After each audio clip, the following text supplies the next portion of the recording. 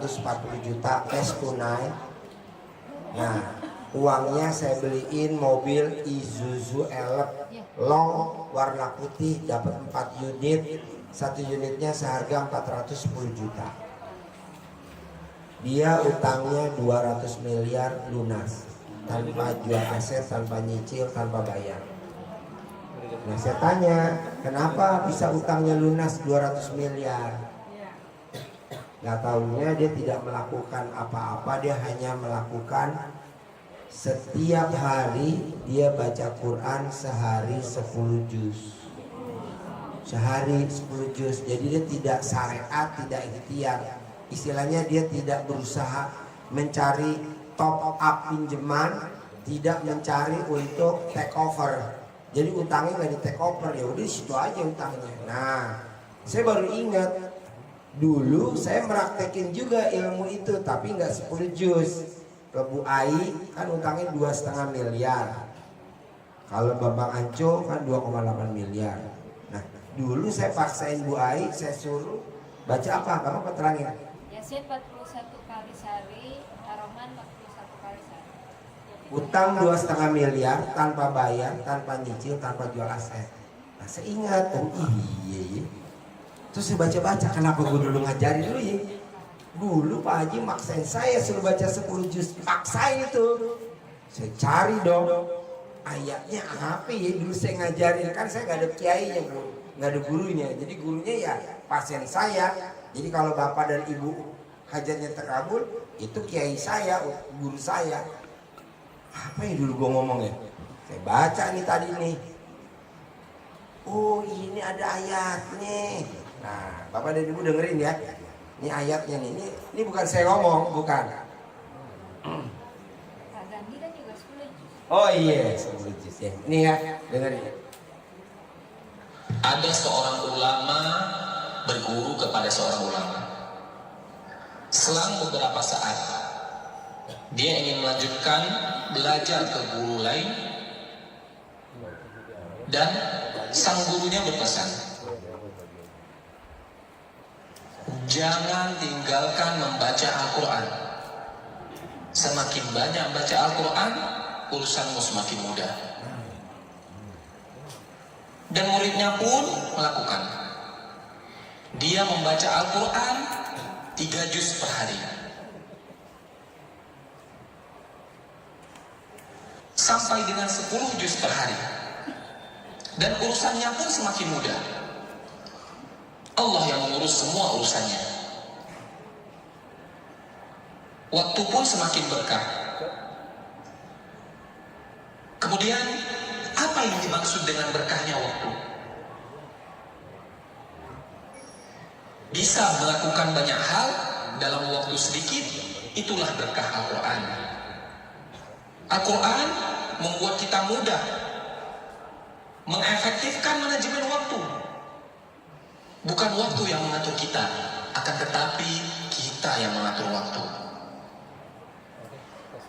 Padahal teorinya, orang yang membaca Al-Quran menghabiskan banyak waktu,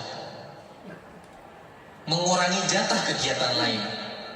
Tapi Allah yang membuat itu semua menjadi berkah, hingga menjadi begitu efektif.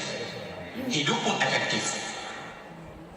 Dan Allah akan mencurahkan banyak berkah dan kebaikan kepada kita karena Al-Quran.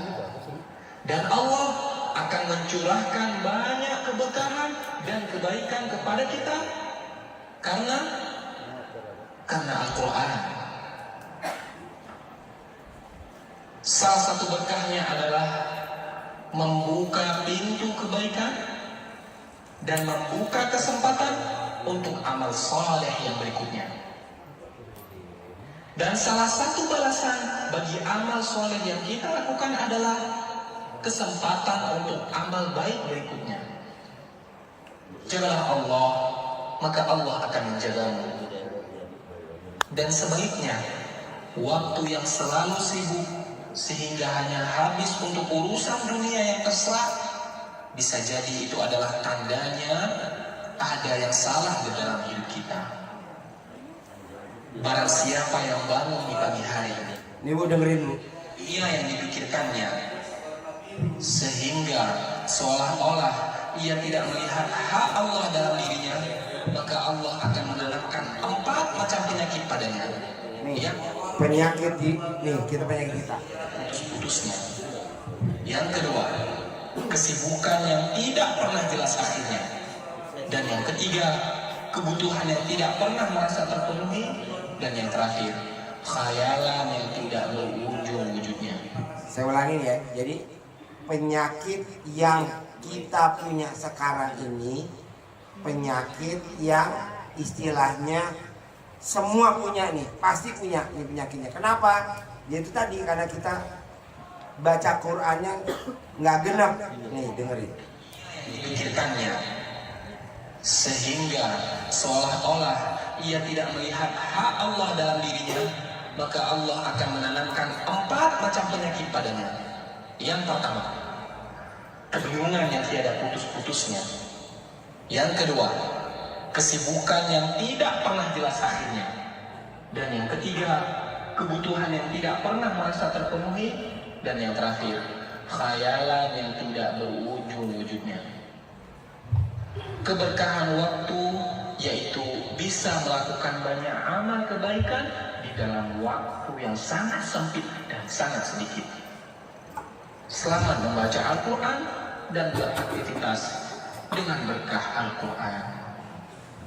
Jadi saya mau teman-teman yang punya utangnya sedikit ataupun banyak, coba praktekin ini. Saya punya tamu saya, jadi dia 200 miliar tuh tanpa jual aset, tanpa nyicil, tanpa bayar. Nah saya maunya ibu, bapak, bisa gak itu terjadi sama bapak dan ibu?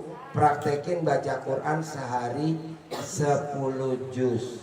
Ini ilmu baru. Kalau Bu Ai dulu 41 kali Yasin, 41 kali Ar-Rahman, utangnya 2,5 miliar, tanpa jual aset, tanpa nyicil, tanpa bayar. Nah, bapak dan ibu mau milih yang mana? Ji, gua 41 Yasin, 41 Ar-Rahman, boleh. Ji, gua sehari 10 juz, boleh. Tapi yang dasarnya nggak boleh ketinggalan. Sebelum azan subuh, yang laki-laki di masjid, yang perempuan di sajadah. Sholatnya tepat waktu, ba'diyah qobliyahnya dikerjain, yang laki berjamaahnya nggak boleh bolong. Saya maunya itu. Kalau bisa, testimoni diri di sini. Gitu. Makanya kemarin saya lagi rayu, bos, testimoni apa bos? Malu gue Ji, malu gimana malu? Gue maunya nonton aja, lo yang cerita aja, gue jalanin itu. Ah ya udah, jadi paksain ibu dan bapak yang kira-kira utangnya alot, paksain dah sehari 10 juz. Mau sebelum subuh atau mau dicicil, subuh, duhur, asar, maghrib, isya, 2 juz, 2 juz, 2 juz, 2 juz, 2 juz. Boleh. Dari saya arahannya hanya ini. Bebas, bapak dan ibu mau nanya apa, coba. Yang bapak ibu mau nanya, Pak Haji utang saya bisa lunas gak? Saya udah gak usah jawab lagi, kan udah dijawab tadi 10 juz. Pak Haji utang saya bisa lunas gak? Gak usah dijawab, kan tadi udah dijawab. Ya, jadi kita pertanyaannya di luar utang, utang udah pasti lunas. Saya maunya bapak dan ibu yang hadir di sini paksain bisa punya penghasilan 1 bulan 1 miliar tanpa kerja. Paksain, harus bisa. Gimana caranya? Ya tadi. Oke, dari saya cukup sekian. Yuk. Saya lanjut dari ruangan konsultasi ya. Ibu Sriwiati.